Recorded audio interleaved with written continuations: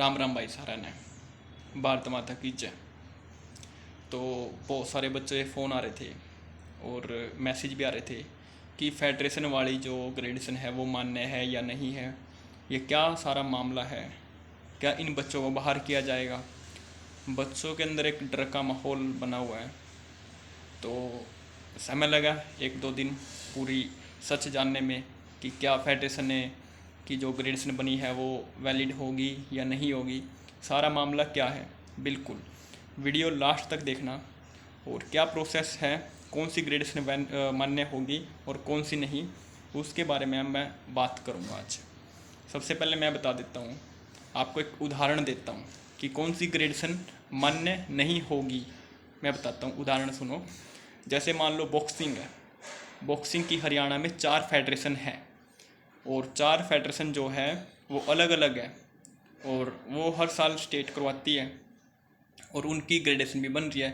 लेकिन जो एसोसिएशन से जो अपना ओलंपिक संघ है या जो गवर्नमेंट वैलिड है, उनमें से एक होगी या 2 होगी। जोन सी भी उनमें से वैलिड होगी, सरकार की तरफ से मान्यता प्राप्त होगी सरकार की तरफ से ये, और ओलंपिक संघ जो भी है उनकी तरफ से आईओ बोलते हैं, उनकी तरफ से जो मान्यता जिसको दी गई होगी फेडरेशन को, उसकी ग्रेडेशन ही चलेगी ओनली फॉर। बाकी अदरवाइज नहीं ग्रेडेशन चलेगी। मान लो वो 4 फेडरेशन है, 4 में से एक ही पास है मान्यता है, आईओ की भी और हरियाणा सरकार की भी, और जो गवर्नमेंट ने वैलिड किया वो सिर्फ एक के पास है, तो उसी की ही ग्रेडेशन चलेंगी। तो किसी भी बच्चे को घबराने की कोई ज़रूरत नहीं है, जिसकी भी ग्रेडेशन है सब ग्रेडेशन चलेंगी। बस जो सारा मामला क्या है, जो आपकी फेडरेशन है वो फेडरेशन वैलिड होनी चाहिए, उसको मान्यता प्राप्त होनी चाहिए सरकार की तरफ से, और जो अपनी ओलंपिक एसोसिएशन है उसकी तरफ से उसको मान्यता प्राप्त होनी चाहिए। अगर आप कोई स्टेट खेल लेते जिस भी फेडरेशन से, अगर उस स्टेट की जो फेडरेशन है वो मान्यता प्राप्त है तो आपकी बिल्कुल 100% ग्रेडेशन चलेगी। अगर वो मान्यता नहीं है फेडरेशन, फिर आपकी ग्रेडेशन नहीं चलेगी। ये है सारा मामला। तो इस मामले को इतना बढ़ाकर इतना बना दिया गया कि बच्चों के अंदर एक डर का माहौल बन गया कि हमारी फेडरेशन वाली ग्रेडेशन सारी बंद हो जाएंगी, तो नहीं चलेंगी, सब हम बाहर होने वाले हैं। कोई बाहर नहीं होने वाला, बस आपकी फेडरेशन मान्य होनी चाहिए। अगर फेडरेशन आपकी मान्य है तो फिर आपको कोई भी बाहर नहीं निकाल सकता।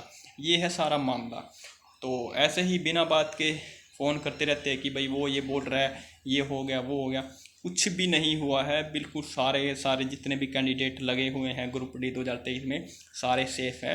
बस सारा मामला है आपकी ग्रेडेशन का और उसकी फेडरेशन को मान्य प्राप्त है या नहीं है सरकार की तरफ से, और आईओ जो होता है अपना ओलंपिक संघ, बस ये है सारा मामला।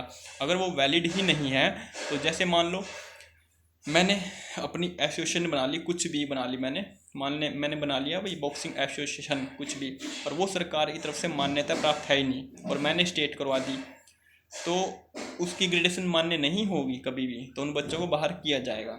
तो मेन है, अगर आपकी एसोसिएशन गवर्नमेंट वैलिड है तो आपकी ग्रेडेशन चलने वाली है। ये सारा मामला रहेगा। जो भी कैंडिडेट लगा हुआ है डर को दूर कर दीजिए, ऐसा कुछ नहीं है। और किसी के बारे में बुरा मत सोचिए कि भाई वो हमें बाहर निकाल रहा है, कि कोई ऐसा कुछ नहीं है। सब गवर्नमेंट के रूल के मुताबिक ही फॉलो करें हैं। आप पॉलिसी पढ़िए, पॉलिसी में भी आपको पता चल जाएगा कि फेडरेशन वैलिड होनी चाहिए तो आपकी ग्रेडेशन मान्य रहेगी। तो बिल्कुल आप आराम से अपनी ड्यूटी करो, कोई दिक्कत नहीं है। बस आपकी फेडरेशन है मान्य तो दिक्कत कोई नहीं है किसी को। तो भारत माता की जय।